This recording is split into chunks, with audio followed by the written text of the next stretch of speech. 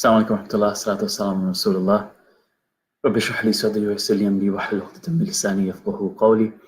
I just wanted to share something about our minds and where they are in our prayer. And this is something that we wanted to, we hear a lot from everybody about, that I'm praying but my mind is not there, or how do I pay more attention? And this is something that we're all going through, and people and human beings have gone through in all the ages, but today, with all the technology and all the distractions, we definitely see that there is a huge need for us to reorient our minds. And there is a research that was done at Harvard by Daniel Gilbert and Matthew Killingsworth, and they found that our minds are wandering about 50%, about 47% of the time.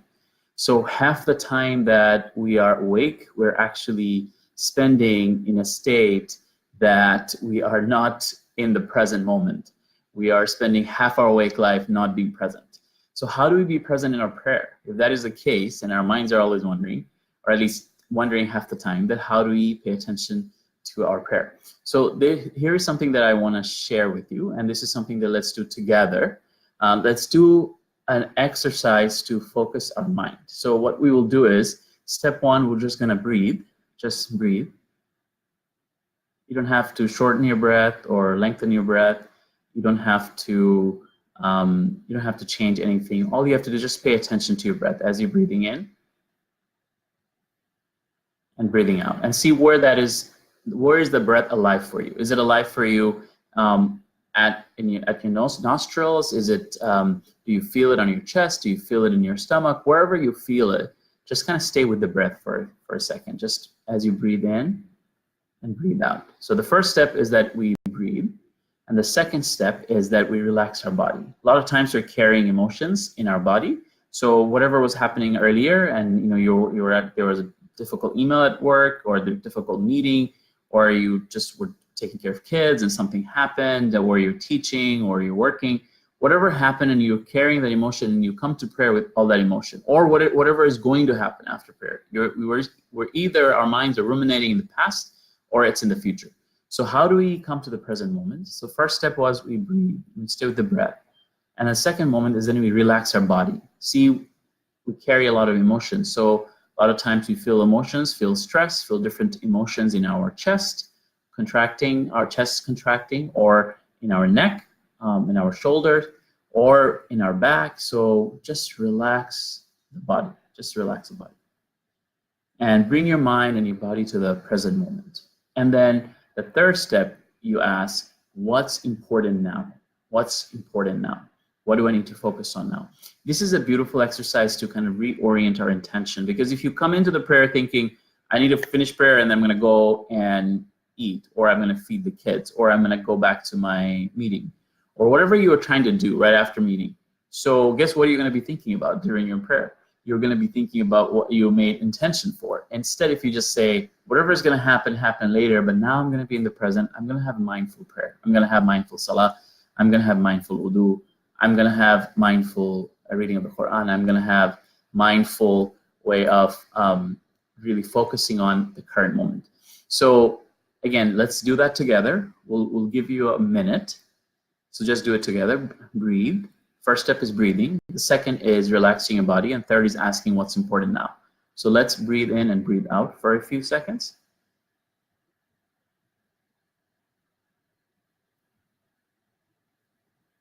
And bring your attention to the current moment. And relax your body. We're carrying a lot of our emotions in our body. Relax your body.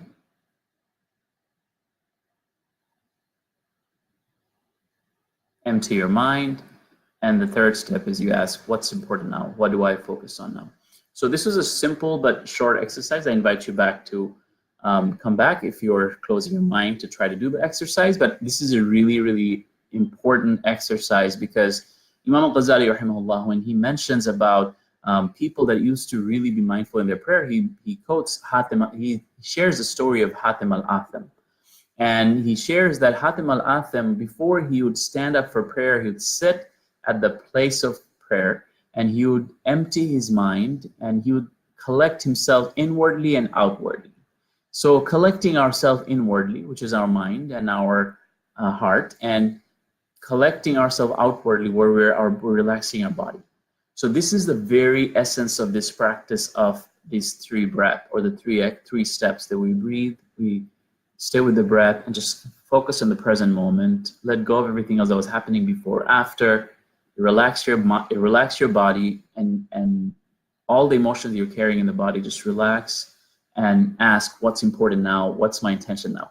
So this is a way to focus in our prayer, or before reading the Quran, or before anything we do, any type of worship we do, or even before listening to your spouse, or before doing an important work. Anything you do, we're able to use this very simple, just a few seconds, like a minute or 2 minutes, to really focus, a minute to arrive. And this is something that we need to do, because a lot of times when we are starting to do our salah, or starting to do our Quran, we're starting to do our worship, our minds are full with everything that is happening. So I hope this little tool will help you. And in terms of mindful prayer, in terms of our mind and how do we empty it and how do we focus in the present moment, there are some steps that Imam al-Ghazali rahimahullah, he mentioned about the prayer. And I think we can apply those same steps not only in our prayer, but also when we are reading the Quran, or when we are making dua, that how do we have those few qualities. So I'll go over those 6, and today, first and foremost, he said you need to have hudur al-qalb, which is the presence of heart. What we just talked about, that you need to have the presence of heart. You need to be there. You need to really try to be in that moment. You need to be in the presence of Allah subhanahu wa ta'ala. We talked about taqwa, that fasting, one of the purpose of fasting is taqwa, which is mindfulness of God, mindfulness of Allah with His presence and attributes. So we have that, we practice that in our prayer. And second, he said, is understanding, tafahum, that you need to understand what you are saying. So when you are saying, Alhamdulillahi Rabbil Alameen, that all praise is to God, the most Rahman ar-Rahim, the most compassionate, the most merciful. And when you're saying these things, that Allah subhanahu wa ta'ala, He converses with you, He responds to you, and He says, Hamadani Abdi, my slave has praised me. Athna alayya Abdi, my slave has, keeps on praising me. Allah subhanahu wa ta'ala responds to everything you're saying. So having that presence, that Allah subhanahu wa ta'ala, God is present with me, am I present with God? And having that understanding, the second step, which is if you have a little more understanding of what you're saying, like when you're in ruku and you're bowing down, you're in the most vulnerable position, someone, taps you or pushes you and you tip over. In that position, you're saying, Subhana Rabbi al-Azim, that Subhan, my Lord, you are glorified, you're Rabb, you're my master, I'm your slave, and Azim, I am the most vulnerable in my position right now, but you are Azim, you are the great, you are the most established, you are the most honorable. So Azim. And then when we're going down all the way for prostration, for sujood, we're on the ground, we are taking the most honorable part of our body, our face and our forehead, we are rubbing it against dust, rubbing it against the floor, and we're at the lowest place, and we're saying, Subhana Rabbi al-Ala, wa Allah, we are at the lowest, but you are at the highest. Allah, you are the highest. So it's a mirroring of you being the slave and Allah being your Lord. So when we're focusing on understanding the meanings and the significance of the prayer, then we're also able to focus on what we are saying. Number 3, Imam al-Ghazali mentions, is ta'zeem, which is respect. That you have the respect that you're standing in front of God, the master of all the creation, ar-Rahman ar-Rahim, al-Qawi, the one who's most powerful, all watching. He's ar-Raqib, he was always watchful. Al-Hafiz, he's the guardian. And Al-Alim, he knows everything. Alimun bizati sudur, he knows what's in the depth of your heart. Al-Sami' al-Basir, he always hears, he always listens. And Al-Basir, he always sees, nothing misses him. When you're wanting people to listen to you or hear you out, or you are wondering, can they even see you? Allah subhanahu wa ta'ala, and Allah subhanahu wa ta'ala always sees you. So this is the type of respect we need to have in front of Allah. And then he says that the 4th step is we need to be in awe. That start with respect and get to the next level, which is you have the awe, that you don't want to be doing something that awe is like when you're at a higher level than respect, where you don't want to even do something that can upset anything, or you don't want to mess anything up. Like you were in the Oval Office, or you were in the court of a king, or you're at a very important place and you're like, man, am I following all the etiquette? Am I doing everything right? And you're in awe. and that is what Allah subhanahu wa ta'ala deserves. And then the one after that he mentioned is raja, that we have full hope in all the promises of Allah subhanahu wa ta'ala, that when we are praying, that all the promises of Allah will come. All the promises of Allah subhanahu wa ta'ala will come. Through this prayer, the prayer is a key. The prayer is a key to all our difficulties and our problems in this world and also in the hereafter. So if the prayer can do all of that, how do I really have that hope? How do I really expect that in my heart? How do you expect all the mercy of Allah while I pray?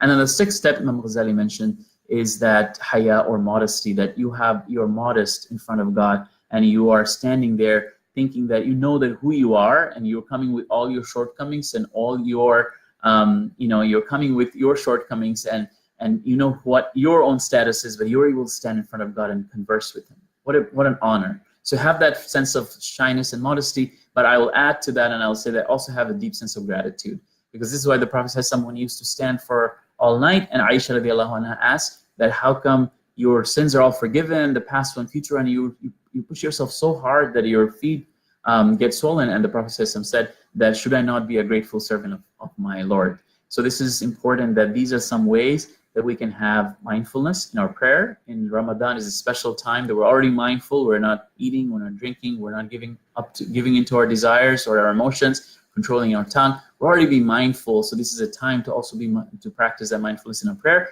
And not only in prayer, but also when you're reading the Quran, that it is the kalam, or the words of my Lord. It came from Angel Jibreel, brought it down. It's in Lawh Mahfuz, understanding the respect and then awe of the Quran when you're reading it, and you're just having that sense of presence of Allah subhanahu wa ta'ala. Even if you don't understand everything, when you're mindful of Allah and you are conscious of Allah, then Allah subhanahu wa ta'ala will open up meanings to you. And then of course we also take some time to read the meanings and understand what the Quran is saying. And then when we're making dua, when you raise our hands, I think these are also beautiful steps that Imam Ghazali mentioned that can apply to dua as well. And when you say dua, like the sunnah is there, we're facing the Qibla, we're raising our hands, and we're repeating our prayer multiple times, up to 3 times, and we're having full yaqeen that whatever we will pray, Allah will definitely accept. But if you have those steps, like you're understanding what you're saying and it's from your heart, your heart is present, you're having the respect and awe of Allah, you have all these hope, and you have the shyness and modesty, but you also have deep gratitude. If you have these feelings, and if you're emptying your mind and body like we talked about in the beginning, then you're able to be present when you're making dua, when you're reading Quran, especially when you're praying, because sometimes because we do our 5 prayers and we go through the rituals and we forget to be mindful because it just comes to us naturally and automatically. Our brains are on autopilot. So how do we go from autopilot to be aware? And how do we not be, there are times that we have to be on autopilot because our habits kick in with autopilot, and autopilot is pretty helpful, but there are times we have to turn it off to be aware. And those times, and the prayer is one of those times. May Allah subhanahu wa ta'ala give us all the ability to be mindful in our prayer and empty our mind. I know that our mind can be pretty full, but how can we empty it? Through that breathing, relaxing our body, focusing on the intention and what's most important now, not thinking about what's going to happen in the future, what happened in the past, but in the present moment. May Allah accept from all of us. Jazakallah khair. Thank you so much for joining. Assalamu alaikum wa rahmatullah.